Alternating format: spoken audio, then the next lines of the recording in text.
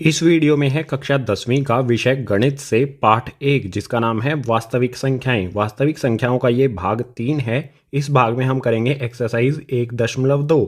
Exercise 1.2 में कुल 7 question हैं। सातों के 7 क्वेश्चंस को इसी वीडियो में सोल्व करेंगे। इसके अलावा पार्ट 1 वास्तविक संख्याओं के जो भी अन्य भाग हैं इन सभी के लिंक आपको मिल जाएंगे नीचे डिस्क्रिप्शन बॉक्स में। स्टार्ट करते हैं एक्सरसाइज 1.2 को अगले पेज से। एक्सरसाइज का सबसे पहला क्वेश्चन, इसमें हमें दिया है निम्नलिखित संख्याओं को अभाज्य गुणनखंडों के रूप में व्यक्त कीजिए।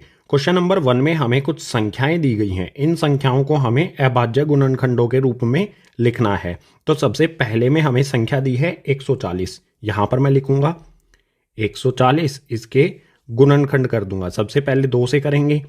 2 के पहाड़े में 14 आता है 7 पर, और जो ये 0 बची हमारी, ये वाली 0 ये एज इट इज़ यहाँ पर आ जाएगी। फिर से 2 से कर सकते हैं। 2 से करेंगे तो 2 के पहाड़े में 7 या फिर 7 के आसपास क्या आता है। 2 के पहाड़े में गाइज 2 तिया 6, यहाँ पर बचेगा 1। 7 में से 6 को घटाएंगे 1 बचेगा, उसके पीछे 0 लगाएंगे तो हो जाएगा 10। 2 के पहाड़े में 10 आता है 5 पर। अब ये संख्या जो हमारी आई है 35, ये 2 के पहाड़े में नहीं आएगी। 3 के पहाड़े में आएगी नहीं। 3 के बाद कौन से पहाड़े से करेंगे? 5 से। 5 के पहाड़े में 35 आता है 7 पर। 5 सते 35। अब 7 के अलावा और किसी पहाड़े में नहीं आता, तो यहाँ पर आ जाएगा 7, 1 पर ये चला जाएगा। तो जो हमारी ये संख्या है 140, इसके अभाज्य गुणनखंड क्या क्या हैं यहाँ पर आप देख सकते हो। ये सारे इसके अभाज्य गुणनखंड हैं। लिख देंगे इसे इस प्रकार से 2 गुना में 2 गुना में 5 गुना में 7, या फिर हम इसे इस तरह से भी लिख सकते हैं। 2 यहाँ पर कितनी बार आया है? देखो 2 यहाँ पर 2 बार आया है, तो हम 2 पे 2 की पावर लगा देंगे। 2 की पावर 2 लगा देंगे। जितनी बार आएगा उतनी पावर होगी।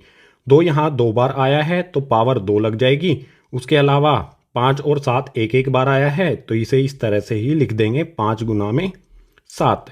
ये हमने लिख दिया 140 के अभाज्य गुणनखंडों के रूप में। बिल्कुल इसी प्रकार से सेकंड वाले में दिया है 156। 156 के गुणनखंड करने के लिए यहाँ पर मैं लिखता हूँ 1 5 6, इसके गुणनखंड करूँगा। सबसे पहले 2 से करते हैं। 2 के पहाड़े में 15 तो नहीं आता, लेकिन 7 पर आता है 14। 2 सते 14, यहाँ पर बचेगा 1। 1 के पीछे 6 लगा देंगे, हो जाएगा 16। 2 के पहाड़े में 16 आता है 8 पर। इसके बाद फिर से इसे मैं 2 से करूँगा। 2 के पहाड़े में 3 पर आता है 6। 7 में से 6 को घटाएंगे तो यहाँ पर बचेगा 1। 1 के पीछे 8 लगा देंगे तो हो जाएगा 18। 2 के पहाड़े में 9 पर आएगा 18। अब ये वाली जो हमारी संख्या है 3 9, ये 2 के पहाड़े में तो नहीं आएगी। 3 से कोशिश करते हैं। 3 के पहाड़े में 3 भी आएगा 9 भी आएगा, ये 3 से भाग हो जाएगी। तो यहाँ पर मैं 3 से करता हूँ। 3 एकम 3, उसके बाद 3 तिया 9। आपको पता होना चाहिए कि 13 या तो 1 के पहाड़े में आता है या फिर 13 के ही पहाड़े में आता है। तो यहाँ पर इसे सीधा हम 13 से कर देंगे, आ जाएगा 1। यानी जो हमारी ये संख्या है 1 5 6 156, इसके गुणनखंड जब हम करेंगे तो यहाँ पर हमें ये वाली संख्याएं मिलेंगी। 2 गुना में 2 गुना में 3 गुना में 13, और इसे हम इस प्रकार से भी लिख सकते हैं 2 की पावर 2 गुना में 3 गुना में 13। अगर आप इनमें से एक भी लिख के आते हैं, ऊपर वाला भी लिख के आते हैं, तो आपका आंसर बिल्कुल सही होगा। इसी प्रकार से थर्ड वाली संख्या पर आ जाते हैं। यहाँ पर हमें दिया है 3825। इसके गुणनखंड करने के लिए यहाँ पर मैं लिखता हूँ 3825। ध्यान से देखो, आखिरी में 5 है, तो क्या ये 2 से भाग हो जाएगा? नहीं होगा। 2 से नहीं करेंगे हम, इसे करेंगे 3 से। कोशिश करते हैं 3 से करने की, क्या 3 से होगा? बिल्कुल हो जाएगा गाइज। यहाँ पर मैं लिखता हूँ 3। 3 के पहाड़े में 3 आता है 1 पर, उसके बाद यहाँ पर है 8। 3 के पहाड़े में 8 से कम आता है 6। 3 दूनी 6, 8 में से 6 को घटाएंगे तो बचेगा यहाँ पर 2। 2 के पीछे 2 लगाएंगे तो हो जाएगा 22। 3 के पहाड़े में 7 पर आता है 21। 22 में से 21 को घटाएंगे तो बचेगा 1। 1 के पीछे 5 लगा देंगे तो हो जाएगा 15। 3 के पहाड़े में 5 पर 3 पंजे हो जाएगा 15।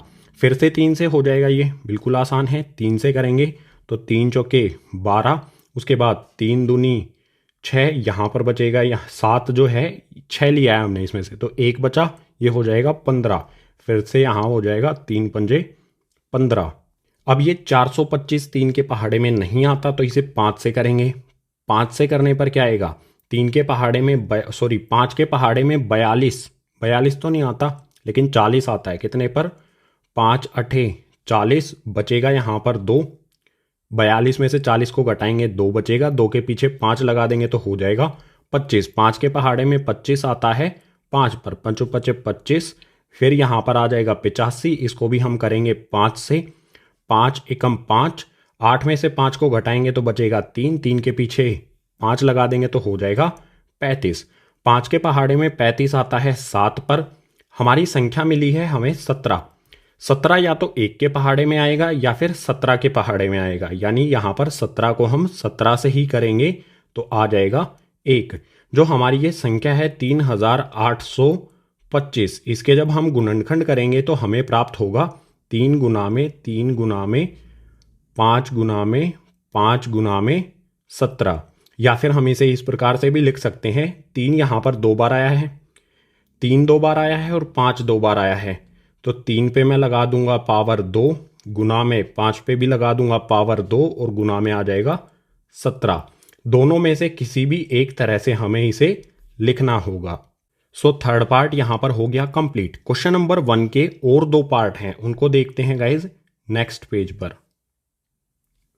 अब क्वेश्चन नंबर 1 का 4th पार्ट, इसमें हमें संख्या दी है 5005। इसके गुणनखंड करते हैं। यहां पर मैंने लिख लिया इसे 5005। देखो इससे खुद से ट्राई करो इसको करने का। क्या ये 2 से भाग हो जाएगा? नहीं होगा। 3 से कोशिश करो, नहीं होगा। ये होगा गाइज 5 से। सबसे पहले 5 से करेंगे तो 5 एकम 5, उसके बाद 2 0 आती हैं। ये दोनों 0 ऐसा की ऐसी यहाँ पर आ जाएंगी, ये आ गई दोनों 0। उसके बाद लास्ट में यहाँ पर फिर से 5 है तो फिर से यहाँ पर आ जाएगा 5 एकम 5। अब जो हमारी ये संख्या आई है 1001, ये 5 के पहाड़े में नहीं आती, तो इससे आगे हम करेंगे इसे 7 से। 7 से करता हूँ, यहाँ पर लिखा मैंने 7। 7 के पहाड़े में 7 एकम 7, 10 में से हमने इस 10 को लिया, ठीक है। 10 में से 7 को घटाएंगे बचेगा 3, 3 के पीछे ये वाली 0 लगा देंगे हो जाएगा 30। 7 के पहाड़े में 28 आता है, 7 चौके 28, 30 था, 28 घटाएंगे 30 में से तो बचेगा 2, 2 के पीछे 1 लगाएंगे तो हो जाएगा 21। 7 के पहाड़े में 21 आता है 3 पर। हमें संख्या मिली 143। ये 7 से भाग नहीं होगी, तो इसके बाद 7 के बाद हम किससे करते हैं? 11 से। यहाँ पर मैंने लिखा 11, 11 एकम 11। 14 में से 11 को घटाएंगे तो बचेगा 3 और उसके पीछे ये 3 लगा देंगे तो हो जाएगा 33। 11 के पहाड़े में 33 आता है 3 पर। अब हमें संख्या मिल गई है 13। 13 को हम करेंगे 13 से। 13 के पहाड़े में 13 आता है 1 पर। ये हमारे गुणनखंड आ गए हैं, अभाज्य गुणनखंड। यानी जो हमारी ये संख्या है 5005, जब हम इसके अभाज्य गुणनखंड करेंगे तो हमें प्राप्त होगा 5 गुना में 7 गुना में 11 गुना में 13। ये हो जाएंगे इसके अभाज्य गुणनखंड। आखिरी वाली संख्या पर आते हैं, क्वेश्चन नंबर 1 की 5वीं संख्या पर जो दी है 7429। इसको यहाँ पर मैं लिख लेता हूँ 7429। इस संख्या के गुणनखंड करेंगे। आप एक बार वीडियो को रोको और एक बार कोशिश करो, क्या ये 2 से होगा? 2 से पूरा भाग होगा, 3 से होगा, 5 से होगा, 7 से होगा, 11 से होगा या 13 से होगा? किसी भी संख्या से आप इसको पूरी तरह से भाग नहीं कर पाएंगे। तो कौन सी संख्या करेंगे? 13 के बाद हम लेंगे 17। 17 के पहाड़े से इसे करूंगा। 17 के पहाड़े को कहाँ तक लेके जाऊं? 74 है। 17 के पहाड़े में 4 पर आता है 68। 74 में से 68 को घटाऊंगा तो बचेगा 6। 6 के पीछे 2 लगा दूंगा तो हो जाएगा 62। अब 17 के पहाड़े को 3 तक लेके जाऊंगा। 17 तिये होता है 51। 62 में से 51 को घटाऊंगा तो बचेगा 11। 11 के पीछे 9 लगा दूंगा तो हो जाएगा 119। 17 के पहाड़े में 7 पर आता है 119। 17 से जब हम इसको भाग कर देंगे तो हमें मिल जाएगा 437। अब क्या ये संख्या दोबारा 17 से होगी? नहीं होगी। हम करेंगे अब इसे 19 से। यहाँ पर मैं लिखता हूँ 19। 19 के पहाड़े को 2 तक लेके जाऊंगा। 19 के पहाड़े में 2 पर आता है 38। इस 43 में से 38 को घटाऊंगा तो बचेगा 5। 5 के पीछे 7 लगा दूंगा, हो जाएगा 57। 19 के पहाड़े में 57 कब आता है? 3 पर। हमें मिल जाएगी संख्या 23 जब हम 437 को 19 से भाग कर देंगे। अब 23 खुद से हमारी एक अभाज्य संख्या है, तो इसको हम 23 से ही करेंगे। 23 को 23 से भाग करेंगे तो आ जाएगा 1। यानी हमारी जो ये संख्या है 7429, इसके जो अभाज्य गुणनखंड हैं वो क्या हो जाएंगे, 17, 19 और 23। इनको इस प्रकार से लिख देंगे, 17 गुना में 19 गुना में 23। बिल्कुल आसान हमारा पहले वाला क्वेश्चन हो गया कंप्लीट। हमें बिल्कुल आसान इस तरह से अभाज्य गुणनखंडों के रूप में हमारी संख्याओं को लिखना है। अब क्वेश्चन नंबर 2 को देखते हैं नेक्स्ट पेज पर। अब क्वेश्चन नंबर 2 में हमें दिया है पूर्णांकों के निम्नलिखित युग्मों के एचसीएफ और एलसीएम ज्ञात कीजिए तथा इसकी जांच कीजिए कि दो संख्याओं का गुणनफल बराबर एचसीएफ गुणा एलसीएम है। हमें इस प्रकार से दो संख्याएं दी गई हैं, इन दोनों संख्याओं का हमें एचसीएफ और एलसीएम ज्ञात करना है, निकालना है और ये भी जांच करनी है कि दोनों संख्याओं का गुणनफल यानी कि इन दोनों संख्याओं को जब एक दूसरे से गुना किया जाएगा तो ये बराबर होगा एचसीएफ गुना में एलसीएम के। क्वेश्चन नंबर 2 के कुल 3 भाग हैं। इसमें पहले भाग में हमें दिया है दो संख्याएं 26 और 91। इनका हल प्रारंभ होता है यहाँ से। सबसे पहले एचसीएफ और एलसीएम निकालेंगे। दोनों संख्याओं को लिख लेंगे इस प्रकार से 26 और 91। सबसे पहले क्या करना होगा, एचसीएफ और एलसीएम निकालने के लिए गुणनखंड करने होंगे इन दोनों संख्याओं के। 26 का गुणनखंड करेंगे इस प्रकार से आप कर सकते हो, 2 से करेंगे तो ये जाएगा 13 पर, उसके बाद 13 से करेंगे तो आ जाएगा 1। 26 के गुणनखंड हो जाएंगे 2 और 13। बिल्कुल इसी प्रकार से हमारी दूसरी संख्या 91 है, इसके भी गुणनखंड करेंगे। 7 से करेंगे, 7 एकम 7, बचेगा यहाँ पर 2, 2 के पीछे 1 लगाएंगे तो हो जाएगा 21। 7 के पहाड़े में 21 आता है 3 पर। फिर यहाँ 13 से करेंगे तो आ जाएगा 1। जो हमारी दूसरी संख्या 91 है इसके गुणनखंड हो जाएंगे हमारे 7 और 13। अब बात आती है एचसीएफ क्या होगा। हमारी जो ये दोनों संख्याएं हैं इनका एचसीएफ क्या होगा, यहाँ पर लिख लेंगे एचसीएफ, ब्रैकेट के अंदर हमारी दोनों संख्याएं लिख लेंगे 26 और 91। इनका एचसीएफ क्या होगा गाइस, देखो बिल्कुल आसान बात है। यहाँ पर जो संख्या दोनों में आती है, 2 ऊपर आता है नीचे नहीं आता है तो 2 को हटा देंगे। 7 नीचे आता है ऊपर नहीं आता है तो 7 को भी हटा देंगे। ऐसी संख्या कौन सी है जो इन दोनों में आती है, यहाँ पर देखो 13, यहाँ पर भी 13, 13 इन दोनों में आता है तो 13 ही हो जाएगा ये एचसीएफ इन दोनों संख्याओं का। बात करते हैं एलसीएम इन दोनों संख्याओं का, तो यहाँ पर लिखेंगे 26 और 91, इक्वल्स का साइन लगाएंगे। एलसीएम के लिए हम सबसे पहले देखेंगे छोटी संख्या। यहाँ पर सबसे छोटी संख्या है 2। 2 सबसे ज़्यादा कितनी बार आया है, एक ही बार आया है तो यहाँ पर मैं लिख लूँगा 2। इसके बाद 2 से बड़ी संख्या कौन सी है, 7। 7 सबसे ज़्यादा बार कितनी बार आया है, एक बार, तो यहाँ पर लिख लेंगे गुना में 7। इसके बाद अगली संख्या देखो, 7 से बड़ी संख्या है 13। एक बार यहाँ आई है, एक बार यहाँ आई है। सबसे ज़्यादा कहाँ पर है, ऊपर वाले में भी एक बार है, नीचे वाले में भी एक बार है, दोनों में बराबर है तो किसी का भी लिख लो, या तो ऊपर वाले का 13 लिख लेंगे या फिर नीचे वाले का 13 लिख लेंगे। यानी सबसे ज़्यादा बार जहाँ आएगी वो लिखेंगे। अगर बराबर है तो इन दोनों में से किसी एक को लिख लेंगे। तो यहाँ पर लिख लेता हूँ मैं एक बार 13। अब गुना करेंगे, 2 को 7 से गुना करूँगा हो जाएगा 14, 14 को 13 से गुना करूँगा तो यह आ जाएगा 182 और यही हो जाएगा इन दोनों संख्याओं का एलसीएम। अब हमें यह भी जांच करनी है कि दो संख्याओं का गुणनफल बराबर हो एचसीएफ गुना एलसीएम के। तो सबसे पहले यहाँ पर मैं क्या करता हूँ, एचसीएफ गुना में एलसीएम, जो हमारा एचसीएफ आया है और एलसीएम आया है इन दोनों को गुना करता हूँ। एचसीएफ 13 है और एलसीएम 182 है, गुना करते हैं। यहाँ पर मैंने गुना किया 13 गुना में 182। आप बिना कैलकुलेटर का यूज़ करके इसे गुना करो और यहाँ पर लिखो कितना आएगा गुना करने पर, 2366। इसके बाद हमारी जो ये दो संख्याएं हैं इनको भी हमें गुना करना है। तो यहाँ पर मैं लिखता हूँ फर्स्ट यानी कि पहली संख्या गुना में सेकंड यानी कि हमारी दूसरी संख्या, इन दोनों को गुना करेंगे। फर्स्ट संख्या क्या है हमारी 26 और सेकंड है 91। तो यहाँ पर लिखता हूँ 26 गुना में 91, तो ये किसके बराबर होगा, 26 को 91 से गुना करेंगे तो भी हमारा यही आएगा 2366। दोनों बराबर आए हैं, एचसीएफ और एलसीएम को गुना करने पर भी यही आया और पहली और दूसरी संख्या को गुना करने पर भी यही आया। तो लास्ट में यहां पर एक लाइन लिख देंगे, इस प्रकार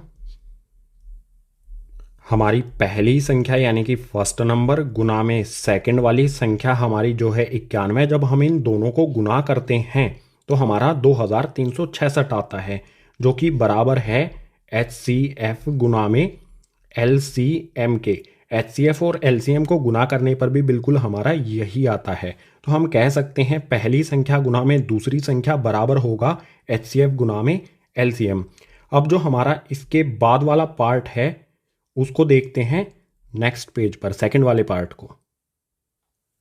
सेकंड वाले पार्ट में हमें दो संख्याएं दी हैं 510 और 92। इनका HCF और LCM निकालते हैं तो हल प्रारंभ होता है यहाँ से। दोनों संख्याओं को लिख लेंगे। हमारी पहली संख्या 510, इसके गुणनखंड इसके सामने लिखेंगे, और जो हमारी दूसरी संख्या 92 है इसके गुणनखंड इसके सामने। यहाँ पर मैं लिखता हूँ 510। इसके गुणनखंड करना बिल्कुल आसान है, आप खुद भी कर सकते हो। मैं 2 से करूँगा, यहाँ पर आएगा 2 दूनी 4, उसके बाद 2 पंजे 10, उसके बाद फिर से 2 पंजे 10। फिर यहाँ पर मैं इसको 3 से करूँगा। 3 से करने पर यहाँ आएगा 3 अठे 24, उसके बाद 1 बचेगा, 1 के पीछे 5 लगाएंगे तो हो जाएगा 15। 3 पंजे हो जाएगा 15। अब मैं करूँगा इसे 5 से, यहाँ पर आ जाएगा 5 एकम 5, बचेगा 3, 3 के पीछे 5 लगाऊंगा तो हो जाएगा 35। अब 5 के पहाड़े में आता है 7 पर, 5 सते 35। 17 खुद हमारी एक अभाज्य संख्या है तो इसको 17 से ही करेंगे, आ जाएगा 1। जो 510 है इसके गुणनखंड हो जाएंगे ये, 510 के सामने लिख देंगे। यहाँ पर आ जाएगा 2 गुना में 3 गुना में 5 गुना में 17। बिल्कुल इसी प्रकार से हमारी दूसरी संख्या जो 92 है इसके भी गुणनखंड करेंगे। यहाँ पर मैं लिख देता हूँ 92। सबसे पहले 2 से करूँगा, 2 चौके हो जाएगा 8, बचेगा 1, 12 बन जाएगा। 12 2 के पहाड़े में आता है 6 पर, फिर 2 से कर लेंगे, 2 दूनी 4, 2 तिया 6, इसके बाद ये जाएगा 23 पर, क्योंकि 23 अपने आप में ही एक अभाज्य संख्या है। 23 के पहाड़े में 23 आता है 1 पर। जो हमारा 92 है इसके अभाज्य गुणनखंड हो जाएंगे 2 गुना में 2 गुना में 23। अब बात करते हैं इन दोनों संख्याओं के HCF और LCM की। तो यहाँ पर मैं लिख लेता हूँ HCF, ब्रैकेट में लिख देता हूँ दोनों संख्याएं हमारी 510 और 92। HCF क्या होगा, देखो इनमें कॉमन क्या है, उभयनिष्ठ क्या है। 17 ऊपर है नीचे नहीं है, 23 नीचे है ऊपर नहीं है, ऊपर 5 है नीचे नहीं है, 3 ऊपर है नीचे नहीं है। ऐसी कौन सी संख्या है जो ऊपर भी आती है और नीचे भी आती है। तो देखो 2 यहाँ पर भी आता है, 2 यहाँ पर भी आता है। उभयनिष्ठ क्या है, गोला लगा दो इस पे, ये उभयनिष्ठ है।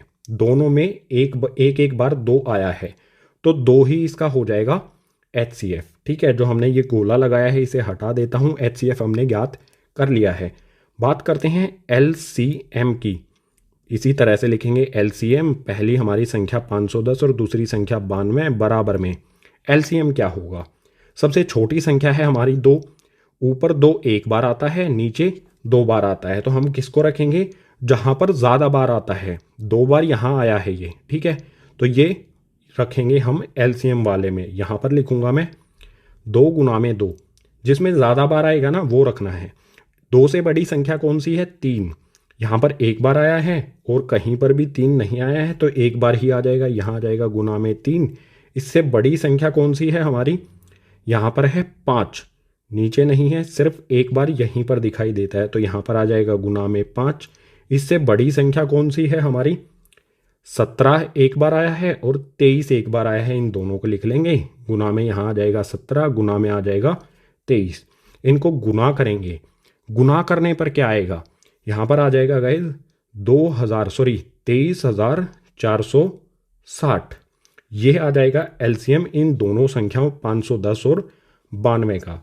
अब जांच करनी है हमें, अगर HCF गुना में LCM करूँगा तो क्या आएगा। HCF हमारा कितना है 2 और LCM है 23,460। इन दोनों को गुना करते हैं, यहाँ पर मैं लिखता हूँ 2 गुना में 23,460 बराबर क्या होगा, 2 से गुना करने पर ये हो जाएगा 46,920। बिल्कुल इसी प्रकार से हमारी दो संख्याएं 510 और 92 हमारी पहली संख्या यानी कि फर्स्ट गुना में दूसरी संख्या यानी कि सेकंड, इन दोनों को गुना करूँगा। ये है हमारा 510 गुना में 92, ये आ जाएगा हमारा बिल्कुल वही 46,000, एक सेकेंड गाइज, 46,920। HCF और LCM को गुना करने पर भी यही आएगा, पहली और दूसरी संख्या को गुना करने पर भी यही आएगा। तो यहां पर मैं लिख दूंगा इस प्रकार हमारी फर्स्ट वाली संख्या गुना में सेकंड वाली संख्या बराबर होगा HCF गुना LCM के। यही हो जाएगा हमारा उत्तर। HCF आया 2, LCM आया 23,460। उसके बाद हमने यहाँ पर ये जांच कर ली। अब क्वेश्चन नंबर 2 के नेक्स्ट पार्ट यानी कि तीसरे भाग को देखते हैं आगे वाले पेज पर। तीसरे भाग में हमें दो संख्याएं दी हैं 336 और 54। यहाँ पर मैंने लिख ली है, इनका हल यहाँ से शुरू हो गया है। तो इन दोनों के हमें गुणनखंड करने हैं। यहाँ पर पहले करता हूँ मैं 3 3 6 यानी कि 336 के। जल्दी से कर लेता हूँ, आपको गुणनखंड करने आते ही हैं, ठीक है। तो 2 से करूँगा, 2 एकम 2, उसके बाद 2 छिके 12, उसके बाद 2 अठे 16। यहाँ पर फिर से 2 से करूँगा, 2 अठे 16, 2 चौके 8। फिर से 2 से करूँगा, 2 चौके 8, 2 दूनी 4। फिर से 2 से करूँगा, 2 दूनी 4, 2 एकम 2। अब 3 से करूँगा तो आ जाएगा 7, 7 से करूँगा तो आ जाएगा 1। जो हमारी ये 336 है, इसके गुणनखंड हो गई ये। 2 यहाँ पर कितनी बार आता है, देखो ध्यान से काउंट कर लो, 1 2 3 4। 2 यहाँ पर 4 बार आता है। तो यहाँ पर मैं लिख लूँगा 2 गुना में 2 गुना में 2 गुना में 2। इसके बाद क्या आता है, 3 और 7 एक एक बार आता है। तो यहाँ पर लिख दूंगा गुना में 3 गुना में 7। बिल्कुल इसी प्रकार से जो हमारी ये वाली संख्या है 54, इसके भी गुणनखंड करूंगा। ये लिखा 54, इसके गुणनखंड करेंगे। 2 से करता हूँ, 2 से करने पर आ जाएगा 27। 2 के पहाड़े में 27 नहीं आता, लेकिन 3 के में आता है। 3 से 27 को करूंगा तो 3 में 27। फिर से 3 से करूंगा तो 3 तिया 9। फिर से 3 से करूंगा तो 3 एकम 3। जो 54 है, इसके गुणनखंड करने पर हमें मिला क्या, 2 गुना में 3 गुना में 3 गुना में 3। अब बात करते हैं HCF। जो हमारा HCF है इन दोनों संख्याओं 3 3 6 और 54, इनका क्या होगा HCF यानी कि उभयनिष्ठ क्या आता है।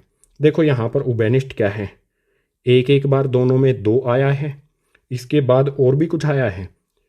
3 इसमें भी आता है, इसमें भी आता है। तो 3 को भी उभयनिष्ठ ले लेते हैं। ये हमारा 3 भी उभयनिष्ठ आ गया। और भी कुछ उभयनिष्ठ है नहीं, और कुछ कॉमन नहीं है, एक जैसा नहीं है। ऊपर और नीचे में 2 और 3 है। तो यहाँ पर मैं करता हूँ 2 गुना में 3, 2 और 3 है ना, सिर्फ 2 और 3 गुना करेंगे, 2 गुना में 3 हो जाएगा 6। ये हो गया HCF इन दोनों संख्याओं का। आगे आते हैं LCM पर। LCM इन दोनों संख्याओं 336 और 54 का क्या होगा, बराबर का निशान लगाएंगे। जो हमने ये गोले लगाए हैं इनको हटा देता हूँ, मिटो देता हूँ। और इसके अलावा जो हमने यहाँ पर ये गुणनखंड किए हैं इनको भी रब कर देता हूँ। अब इनकी ज़रूरत नहीं है, हमें ये करके दिखाने की भी ज़रूरत नहीं होती। अगर आप इस तरह से लिख सकते हैं तो उसकी ज़रूरत हमें नहीं है। LCM पर आते हैं। LCM में सबसे छोटी संख्या देखो, सबसे पहले इनमें क्या है, 2 है। यहाँ पर 2 4 बार आया है, यहाँ पर 1 बार आया है। तो हमें क्या देखना है, जो ज़्यादा बार आया है। यहाँ पर 4 बार आया है तो हमें 4 बार वाले को उठा के सीधा यहाँ रख देंगे। तो मैं लिख देता हूँ 2 गुना में 2 गुना में 2 गुना में 2। 2 से बड़ी संख्या कौन सी है, 3। 3 यहाँ पर 1 बार आया है और नीचे 3 बार आया है। हमें क्या करना है, जिसमें ज़्यादा बार आया है उस पूरे को ही उठा लेना है। तो इस वाले पार्ट को 3 गुना में 3 गुना में 3, इस पूरे को उठा लेना है, यहाँ मल्टीप्लाई कर देना है, गुना कर देना है। तो गुना में 3 गुना में 3 और गुना में 3। 3 से बड़ी संख्या देखो कौन सी है, 3 से बड़ी संख्या 7 है। यहीं पर आया है सिर्फ 1 बार, तो इसे गुना कर देंगे 7। अब इनको गुना करो, 2 गुना 2 गुना 2 गुना 2, मतलब यानी कि इन सभी को गुना कर लो, कैलकुलेटर के बिना कर लेना, ठीक है।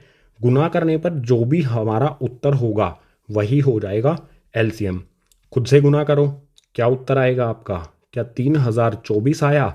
अगर सही यही आया तो LCM हो जाएगा हमारा ये 3024। अब इसकी जांच भी कर लेते हैं कि HCF गुना में LCM बराबर होता है किसके, ये किसके बराबर आएगा। HCF हमारा 6 आया है और LCM हमारा 3024 आया है, तो 6 गुना में 3024 ये किसके बराबर होगा, ये हो जाएगा 18,144। जब 6 और 3024 को गुना करेंगे ये आएगा। और हमारी जो फर्स्ट वाली संख्या है, पहली संख्या गुना में सेकंड यानी कि दूसरी संख्या, पहली संख्या हमारी क्या है 336 और दूसरी संख्या 54। यहाँ पर लिखता हूँ 336 गुना में 54, ये किसके बराबर होगा, इसका भी हमारा बिल्कुल यही उत्तर आएगा। जब हम इन दोनों को गुना करेंगे तो यहाँ पर फिर से आ जाएगा 18,144। यहाँ पर देखो HCF और LCM को गुना किया तो भी ये आएगा 18,144, पहली और दूसरी संख्या को गुना किया तो भी 18,144। यानी मैं यहाँ पर कह सकता हूँ कि HCF गुना में LCM बराबर होगा हमारी फर्स्ट यानी कि पहली संख्या गुना में सेकंड यानी कि दूसरी संख्या। ये हमें जांच करनी थी। हमने HCF निकाल लिया 6, LCM निकाल लिया 3024 और जांच यहाँ पर हमने कर ली। जब HCF और LCM को गुना करते हैं तो भी यही आता है, फर्स्ट और सेकंड जो हमारी ये टर्म है, हमारी जो संख्याएं हैं, तब गुना करते हैं तो भी हमारा बिल्कुल वही आता है। सो गाइस क्वेश्चन नंबर 2 इसी के साथ हो गया कंप्लीट। अब क्वेश्चन नंबर 3 को देखते हैं नेक्स्ट पेज पर। अब क्वेश्चन नंबर 3 में दिया है अभाज्य गुणनखंड विधि द्वारा निम्नलिखित पूर्णांकों के LCM और HCF ज्ञात कीजिए।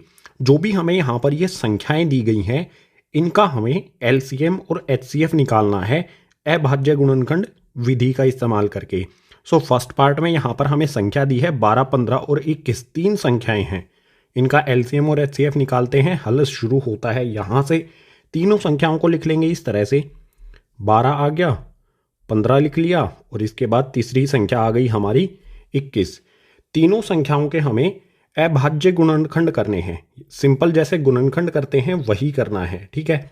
यहाँ पर लिख लो, ये हमारी संख्या 12, 2 से करेंगे 6 पे, 2 से करेंगे 3 पे, 3 से करेंगे आ जाएगा 1। 12 के गुणनखंड हो गए 2 गुना में 2 गुना में 3। बिल्कुल इसी तरह से 15 जो हमारी संख्या है इसके भी गुणनखंड करेंगे। 3 से करेंगे 5 पर जाएगा, 5 से करेंगे 1 पर जाएगा। 15 के गुणनखंड हो जाएंगे 3 गुना में 5। बिल्कुल इसी प्रकार से जो हमारी ये संख्या है 21, इसके गुणनखंड भी हो जाएंगे 3 गुना में 7। आप इस तरह से करके देख सकते हैं। 21 के गुणनखंड हो गए 3 से 7 पर, उसके बाद 7 से 1 पर। गुणनखंड करने के बाद HCF क्या होगा, सबसे पहले लिखेंगे यहाँ पर HCF, ब्रैकेट लगा के अपनी तीनों संख्याएं लिख देंगे 12, 15 और हमारी तीसरी संख्या क्या है 21। इन तीनों का HCF क्या होगा, देखो कॉमन क्या है, उभयनिष्ठ क्या है, तीनों में क्या आता है। 2 इसमें आता है, इसमें कहीं पर भी नहीं है, इसमें भी कहीं नहीं है, तो 2 नहीं होगा। इसके बाद 3 देखो, 3 इसमें आता है, इसमें भी आता है और इसमें भी आता है, 3 उभयनिष्ठ है। 3 के अलावा 5 देखो, 5 इसमें है, ऊपर वाले में नहीं है, 7 इसमें है, इन ऊपर वाले दोनों में नहीं है। तो उभयनिष्ठ क्या है उसको गोला कर लो। ये हमारी संख्याएं जो है ये उभयनिष्ठ हैं। कौन कौन सी, सभी में 3 3 3 एक एक बार आता है। तो HCF भी इन संख्याओं का हो जाएगा 3। जो उभयनिष्ठ होगा वही HCF होगा। बिल्कुल इसी प्रकार से LCM निकालेंगे। यहाँ पर मैं लिखता हूँ LCM, तीनों संख्याएं लिख लेंगे 12, 15 और हमारी तीसरी वाली संख्या 21। इसका LCM क्या होगा, मैंने आपको बताया था LCM निकालते समय हमें ज़्यादा बार क्या आया है ये देखना होता है। सबसे पहले छोटी संख्या होती है हमारी 2। 2 सबसे ज़्यादा बार किस में आया है, इसमें आया है 2 बार।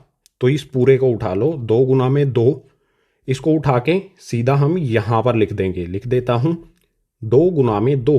बिल्कुल इसी तरह से 3 पे आएंगे। 3 एक बार इसमें आया, एक बार इसमें आया, एक बार इसमें आया, सब में एक एक बार आता है। तो किसी एक का उठा लेंगे, या तो हम ये वाला उठा लेंगे या ये वाला या ये वाला, किसी भी एक में से, क्योंकि सब में बराबर बराबर एक बार ही आता है। तो यहाँ पर लिख देता हूँ गुना में 3। बिल्कुल इसी तरह से 5 एक बार आया है और 7 भी एक बार आया है, तो एक बार यहाँ पर आ जाएगा 5 गुना में और एक बार आ जाएगा 7। गुना कर लेंगे इन सभी को, बिल्कुल आसान है गुना करना। 2 को 2 से गुना करेंगे 4, 4 को 3 से गुना करेंगे 12, 12 को 5 से गुना करेंगे 60, 60 को 7 से गुना करेंगे तो ये हो जाएगा 420। यही हो जाएगा हमारा एलसीएम। एचसीएफ हमने निकाला 3 और एलसीएम हमने निकाला 420। अब क्वेश्चन नंबर 3 यानी कि प्रश्न संख्या 3 के दूसरे भाग को देखते हैं, दूसरे वाले पार्ट को देखते हैं नेक्स्ट पेज पर। दूसरे भाग में हमें 3 संख्याएं दी गई हैं 17, 23 और 29। इनको इस प्रकार से लिखेंगे, यह आ गया हमारा 17, यह आ गया हमारा यहां पर 23 और इसके बाद आ जाएगा हमारा 29। इस 2 को मिटो के मैं अच्छी तरह से लिख देता हूं। ये मैंने 2 को हटाया, ये लिख दिया 2, अच्छी तरह से लिख दिया। 17, 23 और 29 के गुणनखंड क्या होंगे करके देख लो, आप खुद से पता चलेगा आपको। 17 के गुणनखंड करूंगा, 17 ना तो 2 के पहाड़े में आएगा, ना 3 के पहाड़े में आएगा, ना 5 के में आएगा, ना 7 के में आएगा, ना 11 के में आएगा, ना 13 के में आएगा। 17 सिर्फ 17 के पहाड़े में आता है, तो 17 से 17 को करेंगे 1 पर, यानी 17 का गुणनखंड 17 होगा। 23 का गुणनखंड 23 होगा और 29 भी किसी के पहाड़े में नहीं आएगा, सिर्फ 29 के पहाड़े में ही आएगा, तो इसका हो जाएगा गुणनखंड 29। बात करते हैं इन तीनों संख्याओं के, ये हमने गुणनखंड कर लिए। इन तीनों संख्याओं का एचसीएफ क्या होगा, ये लिखता हूं मैं एचसीएफ। तीनों संख्याएं लिख लेता हूं, 17, 23 और हमारी तीसरी वाली संख्या 29। इसका एचसीएफ क्या होगा? कुछ भी उभयनिष्ठ यानी कि कॉमन नहीं है। यहां पर 17 है, यहां पर 23, यहां पर 29, कुछ भी कॉमन नहीं है, कुछ भी ऐसी चीज नहीं है जो इसमें भी आती हो, इसमें भी आती हो और इसमें भी आती हो।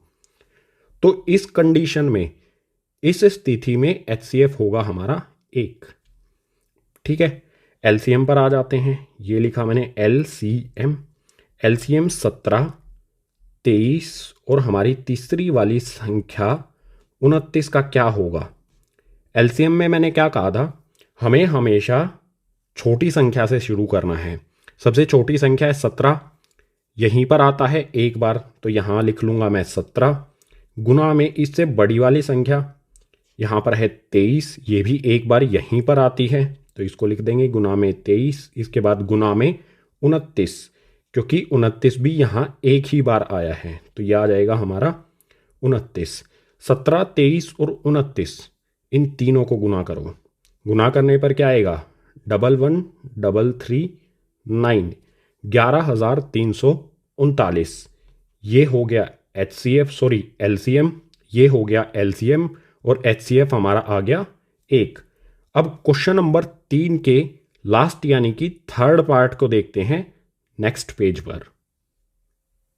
प्रश्न संख्या 3 के तीसरे पार्ट में हमें 3 संख्याएं दी हैं 8, 9 और 25। इन तीनों का एलसीएम और एचसीएफ दोनों निकालते हैं। फटाफट से इनके करते हैं हम गुणनखंड। 8 का गुणनखंड क्या होगा? यहाँ पर मैं लिखता हूँ 8, इसके गुणनखंड करता हूँ 2 से 4 पर, फिर से 2 से करूँगा 2 पर, फिर से 2 से करूँगा तो आ जाएगा 1। 8 के गुणनखंड हो गए 2 गुना में 2 गुना में 2। बिल्कुल इसी तरह से 9 लिखता हूँ, 9 के गुणनखंड क्या होंगे? ये लिखा मैंने 9। आसान है ना गुणनखंड करना, 3 से करेंगे 3 पर, फिर से 3 से करेंगे 1 पर, 9 के गुणनखंड हो जाएंगे 3 गुना में 3। बिल्कुल इसी तरह से आप 25 के गुणनखंड खुद से कर सकते हो। यहाँ पर लिखेंगे 25, 5 से करूँगा 5 पर, फिर से 5 से करूँगा 1 पर, 25 के गुणनखंड हो जाएंगे 5 गुना में 5। बात करते हैं एचसीएफ की। एचसीएफ क्या होगा? वीडियो को रोक के नीचे कमेंट करके बताओ। एचसीएफ यहाँ पर मैं लिखता हूँ 8, दूसरी संख्या 9 और तीसरी संख्या हमारी 25। इन तीनों का एचसीएफ क्या होगा? बताओ गाइज, कमेंट कर दो। यहाँ पर कुछ भी कॉमन नहीं है, कुछ भी उभयनिष्ठ नहीं है। 2 इसमें आता है, इन दोनों में नहीं आता। 3 इसमें आता है, ऊपर वाले और नीचे वाले में नहीं आता। 5 इसमें आता है, ऊपर वाले दोनों में नहीं आता। यानी कुछ भी ऐसा नहीं है जो इन तीनों में आए। तो इस कंडीशन में एचसीएफ होता है 1। आते हैं एलसीएम पर। यहाँ पर लिखा मैंने एलसीएम, सीधा 8, 9 और हमारी तीसरी वाली संख्या 25। इनका एलसीएम कितना होगा? आसान है ना बिल्कुल। सबसे ज़्यादा बार 2 यहाँ पर आता है, तो इस पूरे को उठा लेंगे। सबसे ज़्यादा 3 यहाँ पर आता है तो इस भी पूरे को उठा लेंगे, और सबसे ज़्यादा 5 यहाँ पर आता है, इसको भी उठा लेंगे। इससे पहले इसको हटा देता हूँ मैं।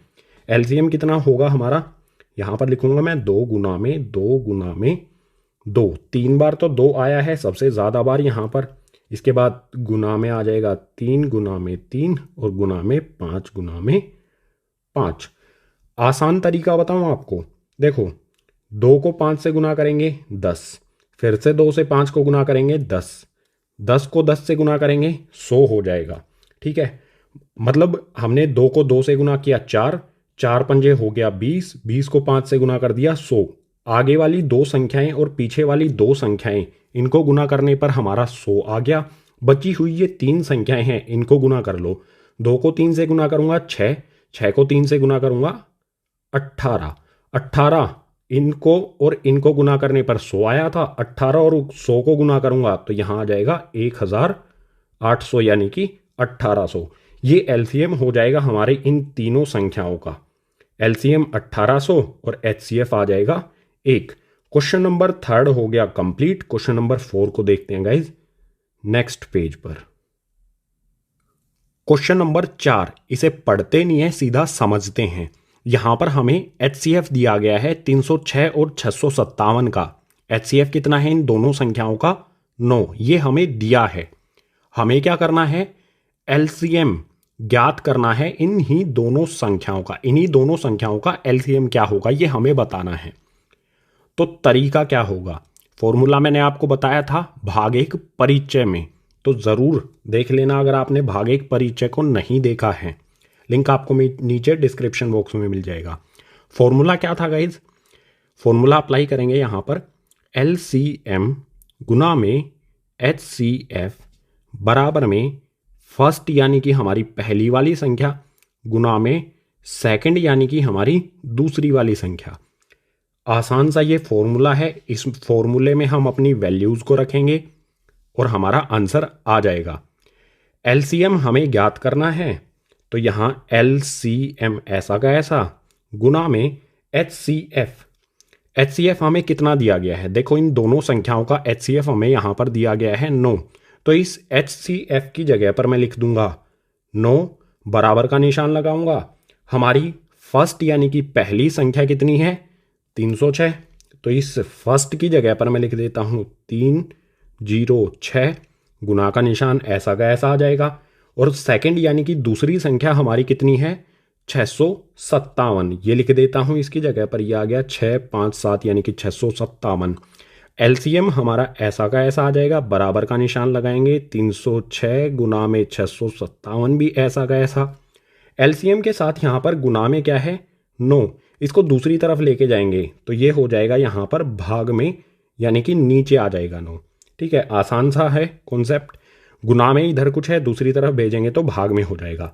9 से यहाँ पर 306 को काटेंगे, 9 से 306 को काटूंगा, 9 तिया 27, 30 में से 27 को घटाएंगे बचेगा 3, 3 के पीछे 6 लगाएंगे तो बन जाएगा 36। 9 के पहाड़े में 36 कब आता है 4 पर, 9 चौके 36, यानी हमारा एलसीएम क्या आएगा 34 यहाँ पर है गुना में 657। 34 को 657 से गुना करने पर हमें प्राप्त हो जाएगा एलसीएम।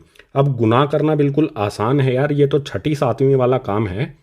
6ठी क्लास में भी, बल्कि ये तो 2nd 3rd में सिखा देते हैं आई थिंक, मतलब मुझे पता नहीं है। गुना करना है, आसान है। ठीक है, गुना करने पर कितना आएगा 2 2 3 3 8, यानी कि 22,338। यही हो जाएगा एलसीएम इन दोनों संख्याओं 306 और 657 का। कैसे निकाला हमने, इस फॉर्मूले का इस्तेमाल करके जो मैंने आपको परिचय में बताया था। सो ये आंसर हो गया हमारा एलसीएम। अब क्वेश्चन नंबर 5 को देखते हैं नेक्स्ट पेज पर। क्वेश्चन नंबर 5, इसमें दिया है जांच कीजिए कि क्या किसी प्राकृत संख्या n के लिए संख्या 6n अंक 0 पर समाप्त हो सकती है।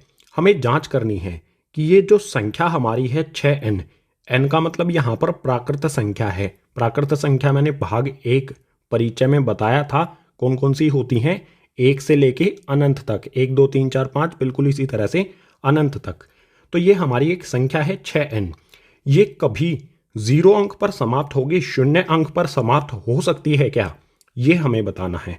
तो हल शुरू होता है यहाँ से। सबसे पहले कोई भी ऐसी संख्या जो 0 अंक पर समाप्त होती है उसके लिए कंडीशन भागिक परिचय में ही मैंने आपको बताई थी, क्या होती है। जो संख्या 0 पर समाप्त होती है उसके अभाज्य गुणनखंड 2 गुना 5 के रूप में होते हैं। कोई भी संख्या जिसका अंक जो 0 अंक पर समाप्त होती है, 0 अंक पर समाप्त होती है, उसमें 2 गुना 5 ये गुणनखंड का जोड़ा होना चाहिए। अगर ये गुणनखंड का जोड़ा नहीं है तो वो कभी भी 0 अंक पर समाप्त नहीं होगी। चेक कर लेते हैं इस संख्या में क्या 2 गुना 5 का जोड़ा कहीं पर भी बनता है। अगर बनता है तो ये संख्या हमारी 0 अंक पर समाप्त होगी। अगर नहीं बनेगा ये जोड़ा तो 0 अंक पर समाप्त नहीं होगी। तो यहाँ पर इस संख्या को लिख लेता हूँ मैं 6 की पावर n। इसके गुणनखंड करते हैं। देखो आसान है, 6 के गुणनखंड कर लो। 6 के गुणनखंड क्या करेंगे, 2 से आएगा, 3 पर 2 तिया 6 होता है, बिल्कुल इसी तरह से 3 से करेंगे 1 पर।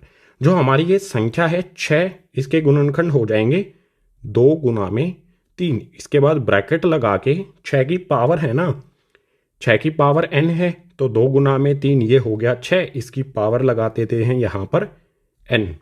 n का कोई भी मान हो, जो हमारा ये 6 है इसके गुणनखंड होंगे 2 गुना में 3। जो भी हमारी ये संख्या है इसके गुणनखंड यही होंगे। क्या इस गुणनखंड में ये जोड़ा आपको कहीं पर भी दिखाई दे रहा है 2 गुना में 5 का? नहीं दिखाई दे रहा। तो इसका मतलब ये है कि 6n जो हमारी ये प्राकृत संख्या है ये कभी भी नहीं लिखेंगे, किसी भी मान n के लिए,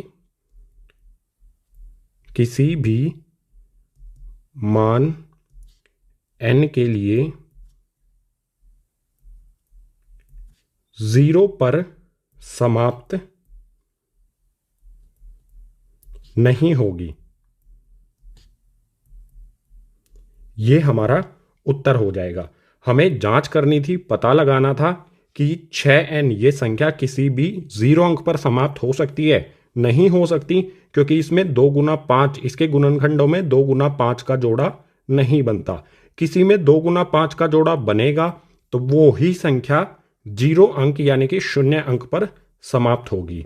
सो ये हो जाएगा हमारा इस क्वेश्चन का उत्तर। अब क्वेश्चन नंबर 6 को देखते हैं आगे वाले पेज पर। क्वेश्चन नंबर 6 इसमें दिया है, व्याख्या कीजिए कि 7 गुना 11 गुना 13 जमा 13 और 7 गुना 6 गुना 5 गुना 4 गुना 3 गुना 2 गुना 1 जमा 5 भाज्य संख्याएं क्यों हैं। हमें दो संख्याएं दी गई हैं क्वेश्चन नंबर 6 में, एक ये संख्या है और एक ये संख्या है। हमें बताना है कि ये दोनों संख्याएं भाज्य संख्या क्यों है, कारण भी बताना हमें। तो हल शुरू होता है यहाँ से। भाज्य संख्याएं क्या होती हैं, भागिक परिचय में बताया है, जिसका खुद संख्या और एक के अलावा कोई अन्य गुणनखंड होता है, वे सारी संख्याएं भाज्य संख्याएं होती हैं। तो सबसे पहले इस वाली संख्या को देखते हैं, लिख लेता हूं मैं यहाँ पर इसे। हमारी पहली संख्या है 7 गुना 11 गुना में 13 और जमा में 13। सबसे पहले इसे हल करते हैं, उसके बाद गुणनखंड करेंगे इसके। यहाँ पर 7 को 11 से गुना करूँगा, 7 को 11 से गुना करने पर आ जाएगा यहाँ पर 77, गुना का 13 हमारा ऐसा का ऐसा और जमा का 13 भी हमारा ऐसा का ऐसा। अब आप यहाँ पर देखो, इस वाले भाग में भी 13 आता है, इस वाली टर्म में 13 आता है और यहाँ पर भी 13 है। तो 13 को हम उभयनिष्ठ यानी कि कॉमन ले सकते हैं। 13 उभयनिष्ठ लेने पर बचेगा क्या, ब्रैकेट लगाता हूँ, 13 उभयनिष्ठ लिया है हमने। सो यहाँ पर देखो, इसमें से मैंने ये 13 उभयनिष्ठ ले लिया तो यहाँ पर बचेगा 77। गुना का निशान लगाएंगे, 13 की जगह पर क्या आएगा, 13 मैं उभयनिष्ठ ले चुका हूँ, 13 के पहाड़े में 13 आता है 1 पर, जमा का निशान लगाऊंगा। यहाँ पर ये 13 है, उभयनिष्ठ 13 ले चुका हूँ तो यहाँ पर क्या आएगा, 13 के पहाड़े में 13 आता है 1 पर, ब्रैकेट बंद। हल करो, अब 13 आ जाएगा हमारा ऐसा का ऐसा। 77 को 1 से गुना कर दूंगा तो 77 ही रहेगा और जमा का निशान लगाऊंगा, 1 आ जाएगा, ब्रैकेट बंद। इसके बाद आगे फिर से हल करते हैं। 13 77 जमा में 1, 77 में 1 जोड़ दूंगा तो ये हो जाएगा 78। ब्रैकेट हमारा हल हो गया।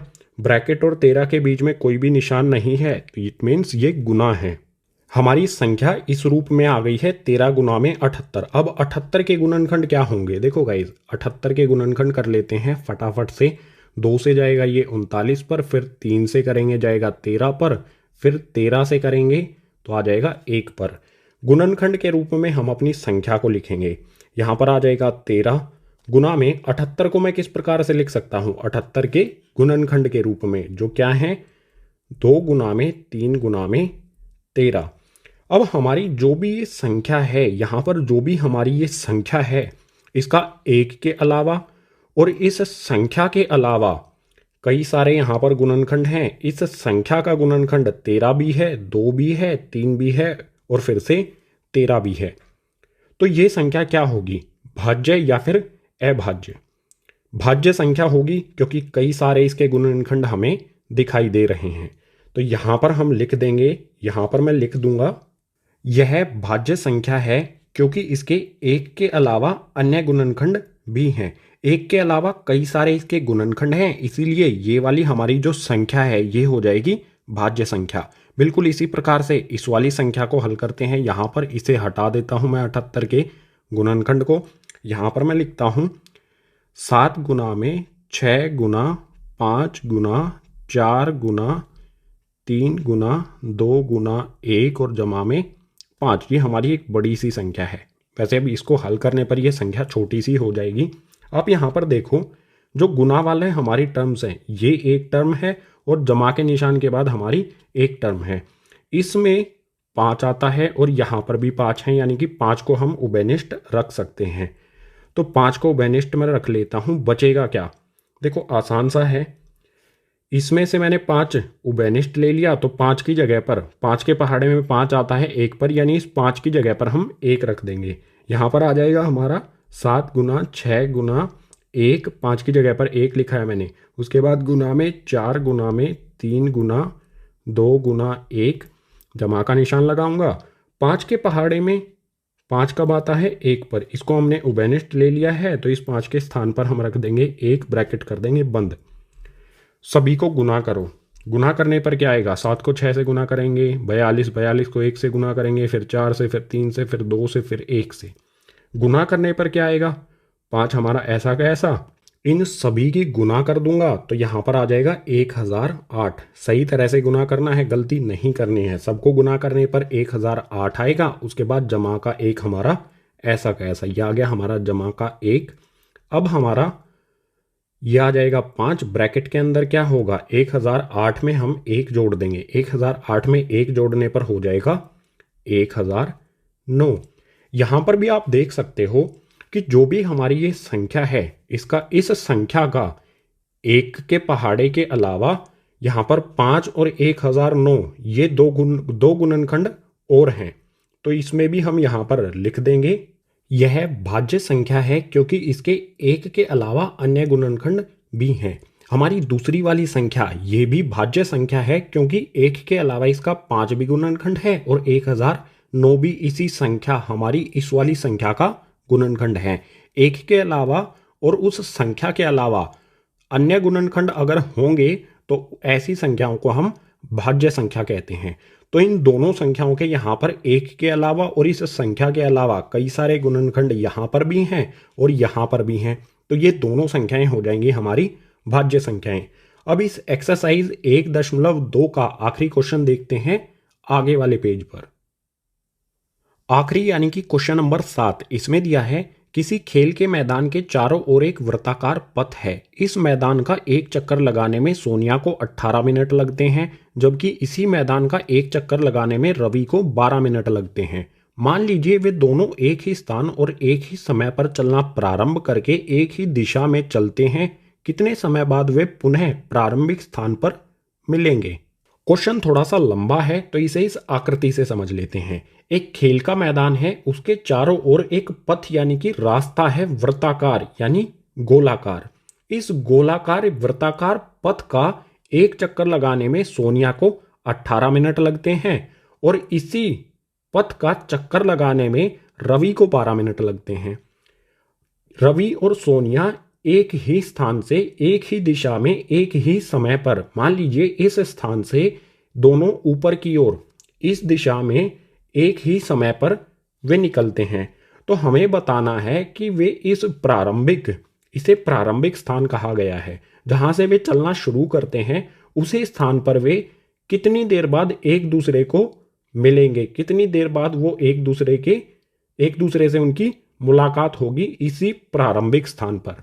तो यहां पर हमें दो संख्याएं दी हैं। देखो, सोनिया को 18 मिनट लगते हैं, रवि को 12 मिनट लगते हैं।